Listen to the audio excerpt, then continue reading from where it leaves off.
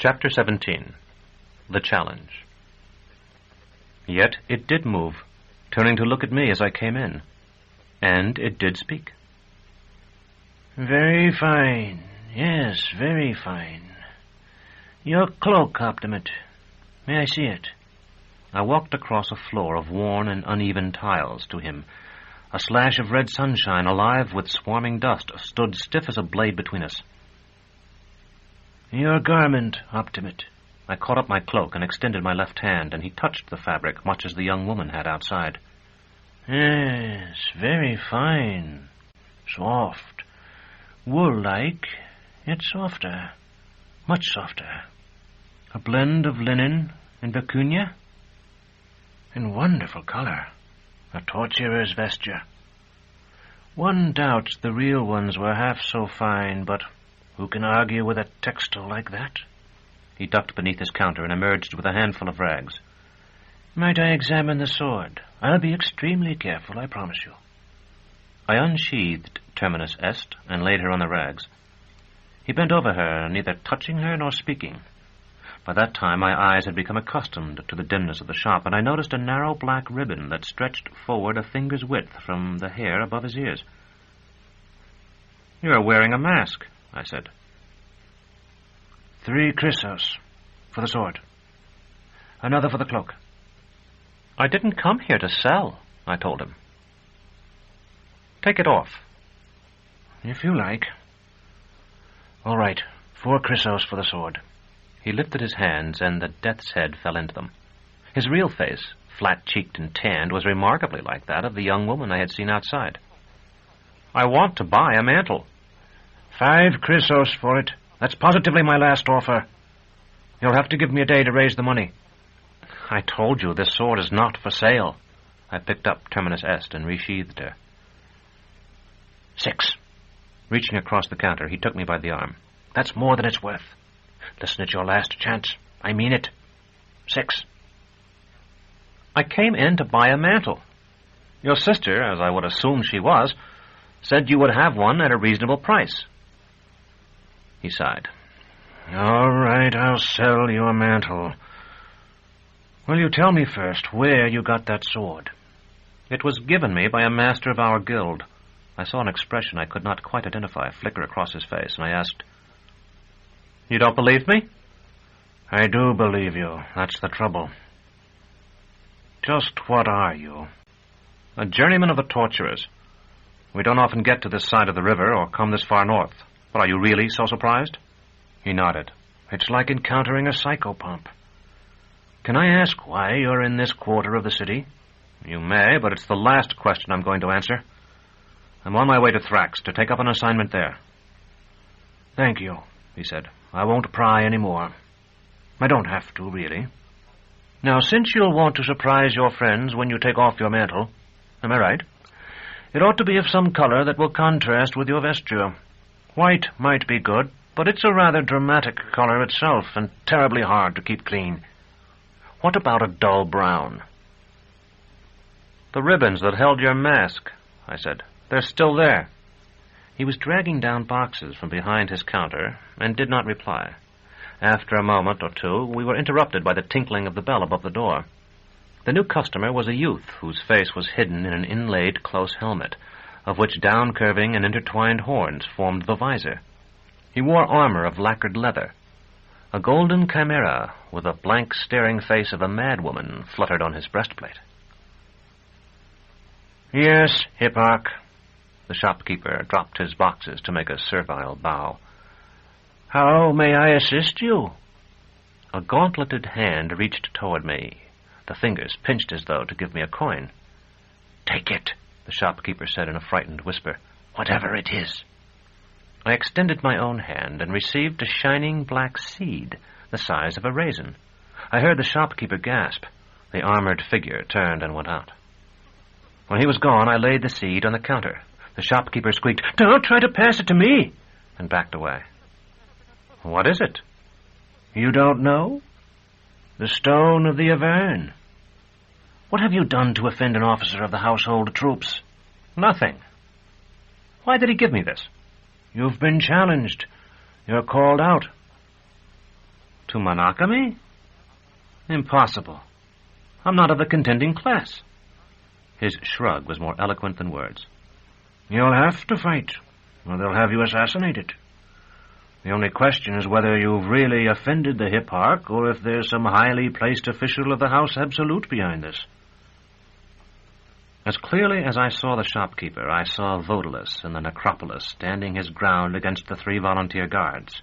And though all prudence told me to toss aside the Avern stone and flee the city, I could not do it. Someone, perhaps the autarch himself, or shadowy Father Aniri, had learned the truth about Thecla's death and now sought to destroy me without disgracing the guild. Very well, I would fight. If I were victorious, he might reconsider. If I were killed, that would be no more than just. Still thinking of Vodalis's slender blade, I said, "The only sword I understand is this one." You won't engage with swords. In fact, it would be best if you left that with me. Absolutely not. He sighed again. I see you know nothing about these matters, yet you are going to fight for your life at twilight. Very well, you are my customer, and I've never yet abandoned a customer. You wanted a mantle. Here. He strode to the back of his shop and came forward carrying a garment the color of dead leaves. Try this one. It will be 4 orichalks if it fits. A mantle so large and loose could not but fit unless it was grossly short or long. The price seemed excessive, but I paid, and in donning the mantle took one step further toward becoming the actor that day seemed to wish to force me to become. Indeed, I was already taking part in more dramas than I realized. Now then, the shopkeeper said, I must stay here to look after things, but I'll send my sister to help you get your Avern. She has often gone to the sanguinary field, so perhaps she can also teach you the rudiments of combat with it. Did someone speak of me? The young woman I had met at the front of the shop now came from one of the dark storerooms at its rear. With her upturned nose and strangely tilted eyes, she looked so much like her brother, I felt sure they were twins. But the slender figure and delicate features that seemed incongruent in him were compelling in her. Her brother must have explained what had befallen me. I do not know, because I did not hear it. I was looking only at her. Now I begin again.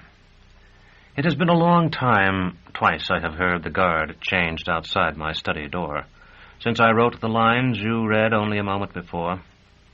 I am not certain it is right to record these scenes, which perhaps are important only to me, in so much detail. I might easily have condensed everything. I saw a shop and went in. I was challenged by an officer of the Septentrians. The shopkeeper sent his sister to help me pluck the poisoned flower. I have spent weary days in reading the histories of my predecessors, and they consist of little but such accounts. For example, of Imar. Disguising himself, he ventured into the countryside, where he spied a Muni meditating beneath a plane tree. The autarch joined him and sat with his back to the trunk until earth had begun to spurn the sun. Troopers bearing an oriflamme galloped past. A merchant drove a mule staggering under gold. A beautiful woman rode the shoulders of eunuchs. And at last a dog trotted through the dust. Imar rose and followed the dog, laughing. Supposing this anecdote to be true, how easy it is to explain. The autarch had demonstrated that he chose his active life by an act of will and not because of the seductions of the world. But Thecla had had many teachers, each of whom would explain the same fact in a different way. Here, then, a second teacher might say that the autarch was proof against those things that attract common men, but powerless to control his love of the hunt. And a third, that the autarch wished to show his contempt for the Muni, who had remained silent when he might have poured forth enlightenment and received more. That he could not do by leaving when there was none to share the road, since solitude has great attractions for the wise. Nor could he when the soldiers passed, nor the merchant with his wealth, nor the woman, for unenlightened men desire all those things, and the Muni would have thought him one more such man.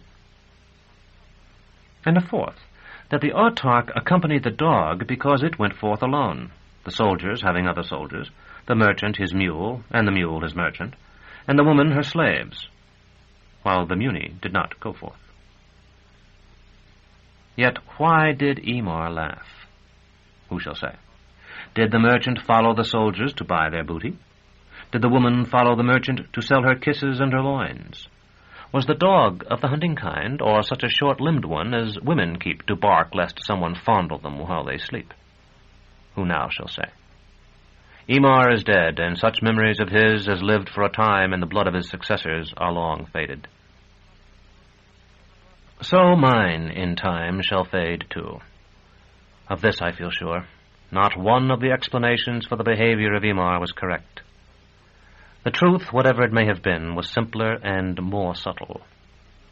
Of me, it might be asked why I accepted the shopkeeper's sister as my companion, I who in all my life had had no true companion, and who, reading only of the shopkeeper's sister, would understand why I remained with her after what is, at this point in my own story, about to happen? No one, surely. I have said that I cannot explain my desire for her, and it is true. I loved her with a love thirsty and desperate.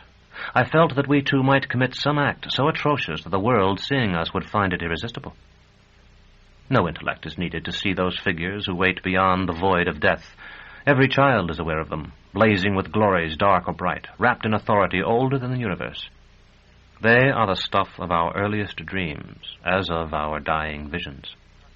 Rightly, we feel our lives guided by them, and rightly, too, we feel how little we matter to them, the builders of the unimaginable, the fighters of wars beyond the totality of existence. The difficulty lies in learning that we ourselves encompass forces equally great. We say, I will, and I will not, and imagine ourselves, though we obey the orders of some prosaic person every day, our own masters, when the truth is that our masters are sleeping. One wakes within us, and we are ridden like beasts, though the rider is but some hitherto unguessed part of ourselves. Perhaps, indeed, that is the explanation of the story of Emar. Who can say? However that may be, I let the shopkeeper's sister help me adjust the mantle. It could be drawn tightly about the neck, and when it was worn so, my Fuligan-gilded cloak was invisible beneath it. Still, without revealing myself, I could reach through the front or through slits at the sides.